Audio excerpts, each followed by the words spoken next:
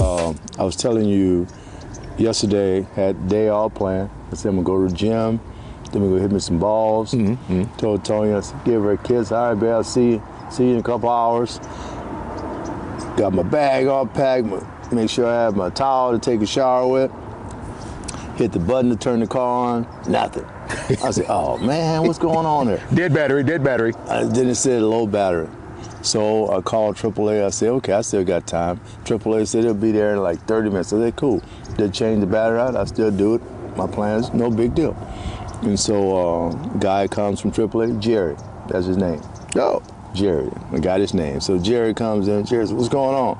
I said, man, low battery's out. He said, okay, well, let me do a check first. Do my little check. He goes through and everything. Puts the battery in.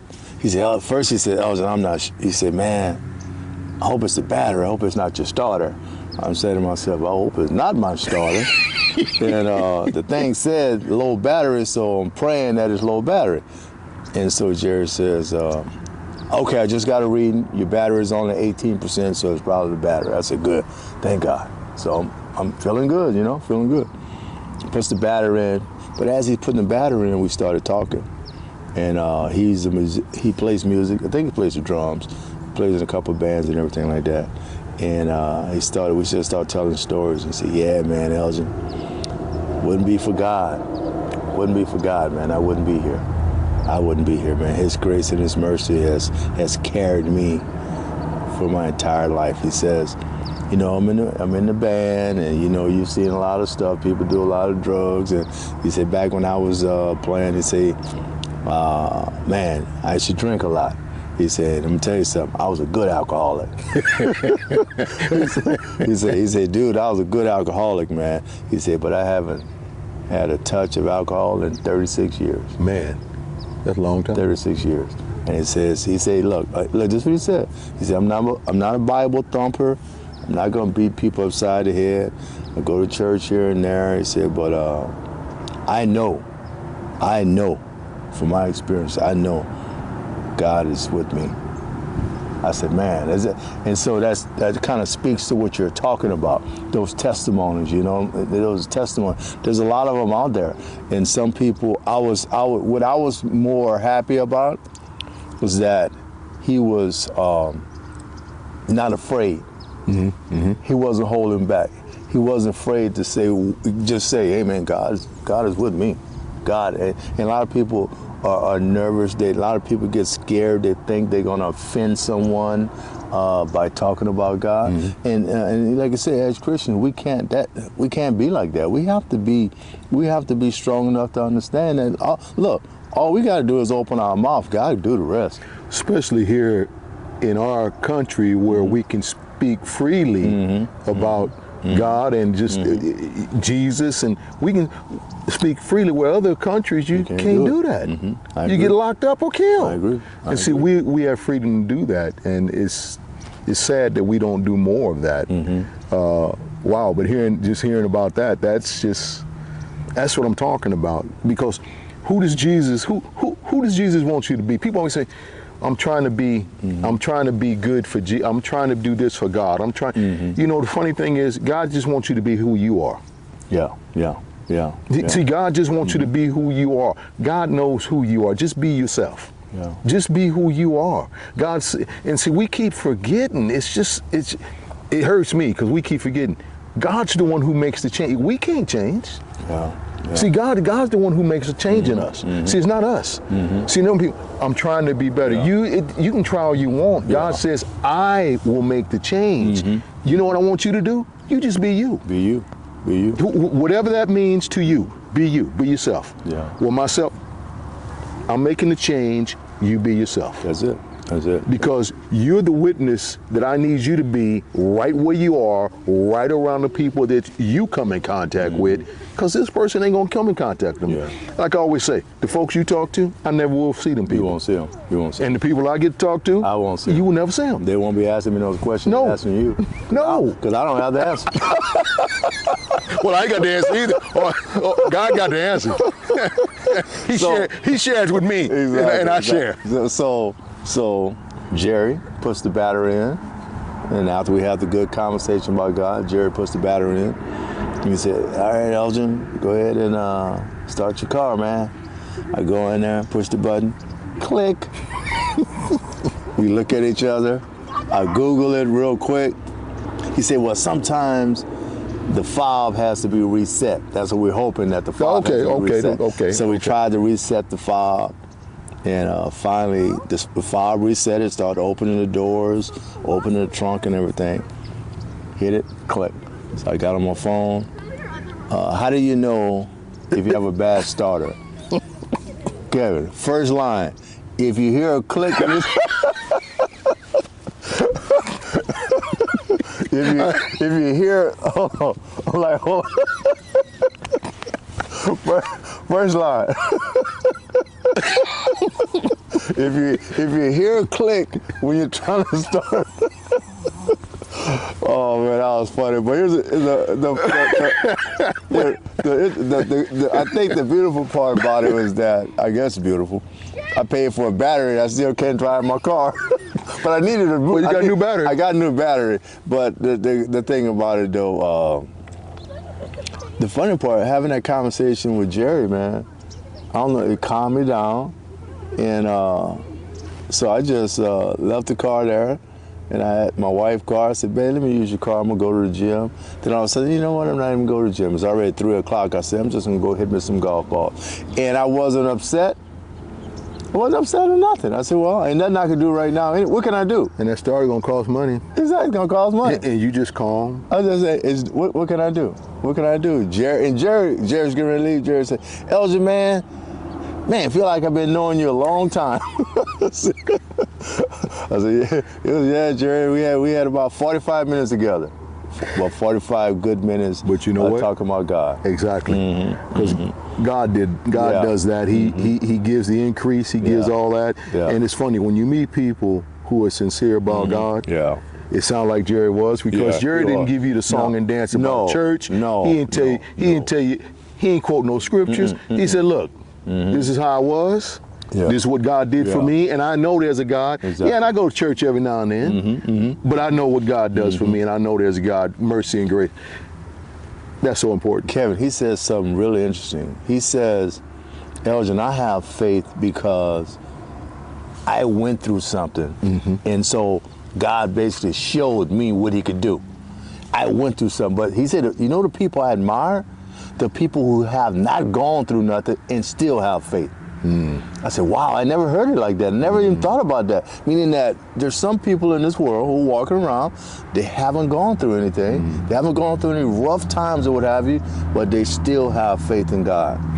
Well, let's clarify. There's people, agreed. I can't say yes or no, but the way I'm seeing that, or way I'm hearing it is, he went through something. He went through something. That brought him to Christ. You see what I'm saying? So he went through something that brought him to Christ. There are people in the world who don't go through anything, and they still come to Christ. Now, once they get in Christ, you go through stuff. Oh, yeah. And why do I know that? Because the Bible says so. The Bible said we all gonna go through trials and tribulations, ups and downs. However we want to say it, but yes, there are some people who don't come to Christ until they can't go nowhere else. Yeah, that's true. Right? Until you fall flat on your back, and as the old folks say, you ain't got no place to look but up. You ain't got nowhere to go. So you on your back and I ain't got no place else to go now, and I got to look up. Yeah. So going through something, you come to Christ, but he admires the people who ain't went through anything and came to Christ. So I get that. It's like, so you just, not with family, it ain't because it's just you came to Christ. You came to Christ. And then all of a sudden you still have any problems. But you're still here. You're still here. You're still here. And can't back out now. That's a beautiful thing. That's a beautiful thing. Well, I was thinking about a joke in my head when you said I looked it up and it said if you hear click, I'm just thinking, I'm going, wow. People say, well, how do I know if I'm going to heaven and hell? We looked it up and say, if it start getting warm, when you go, if it start getting a little warm, that may be a good sign that you're going the wrong direction. Yeah. It's getting a little hot here. No AC. As you traveling through eternity, and you go, why is it getting so hot? Oh man, you're going down the tunnel and you go, I see a light. maybe it's flames. I'm not sure. And you get close and go, it's getting a little warm. Oh, man. That probably is an indication of where you might be going. That's a good indication, right? Yeah, man, that's funny. That's a good indication. But you know, it's interesting though that there's a lot of testimonies out there, and you know, a lot of people they don't share it. They're afraid to share it. They hold it. Some people just hold it to themselves, and we should not be selfish with God. No, because like and that's you know what, I can't say it any better. Mm-hmm. It's not your testimony. It's the testimony God's given you, and we should share that. Mm-hmm. But you know, you're right, and you know what's even funnier? There's some people who've gone through things and don't even realize they're going through something to have a testimony. Wow. Ooh, that's serious there. There's people serious. Who've gone through things and don't even realize. I talk to people who don't even. You tell them that's a testimony. Wow. They don't even see it that way. Wow. It's like, how can you not see that? Yeah. Wow. So then I question, how long you been knowing God? Because if you don't see it. And there are a lot of people who have testimonies and they don't even realize it. Yeah. And so they don't talk about it because they just don't know. They don't know. Wow. Life is funny. Life is funny. It's like I always say, full of transitions. Mm-hmm. We're on a journey. We're on a journey through time to heading toward eternity. And life is funny, man. And we treat this life like this is it, like there's nothing else. And it's funny how people who say, I believe in God, I believe in Jesus, they will give you all the right words. Mm-hmm. But then you look at their life and you go, but you're living this like this is it. Yeah. Like there's nothing more. You're living like this is it. Yeah, you're not living it. You're not living right? I mean, we have to really look at that. Would you say you got to walk the talk, dude? You got to walk the talk. Who is that? One of my guys I played golf with. It was pretty cool. He's a pastor, and he was playing golf with this guy, and he's a young guy, and he said, man, the guy was just smoking weed, drinking, cussing every 5 minutes, on the game, just cussing. And Ernest, what's up, Ernest? Ernest did a good job on that sermon too. Ernest, he's a pastor. So all of a sudden, the guy asked Ernest, I'm paraphrasing here, guy asked Ernest, said, so what do you do? He said, I'm a pastor. And all of a sudden, the guy says, man, I know there was something different about you. I knew there was something different about you. Because I've been cousin up a storm. He said, I could tell there was something different about you. And Ernest said, after that, he stopped cussing. But what I grabbed what Ernest is saying, we talk about it all the time. If you are a follower, if you're a Christian, there should be something about you. Yep. There should be something about you when you walk through this world that people they may not be able to pinpoint exactly what it is, but they know there's something there. Mm-hmm. Well, there always should be, because it's God in you that shines outside of you for people to see, and that's so important. That's so important. Yeah.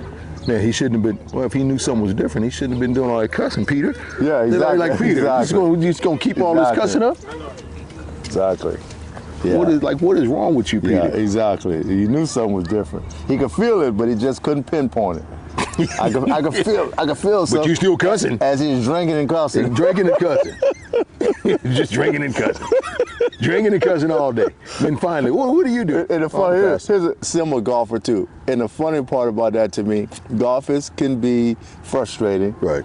But golf is really a game that's supposed to be relaxing. Right. Well, it's between you and the course. Yeah, and it's the elements. It's between you and it's kind of you playing with other people, and I get it. I want to beat you, but you can't. You're not really beating me. It's the course. It's the course. You may have a better game than me today. That's good, but you playing the course. Yeah, I see people out there on that course, man. It gets to them. But that was a cool thing that Ernest was able to. Just be who he's supposed to be who God made him to be, and to be able to stand out. Yep.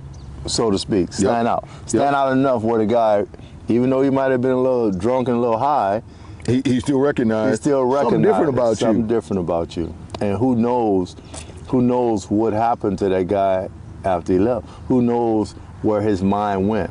It's, you know, you got to think, man, that was a cool guy, man. That was a real nice guy. Right. And he wasn't trying to beat me up. Right. We playing, and I'm doing all that cussing and fussing, and he didn't say nothing. He wasn't judging me. Right. God he wasn't judging me. No telling what God might have done. You never know, man. You never know. Life is good. That's the good stuff. Man.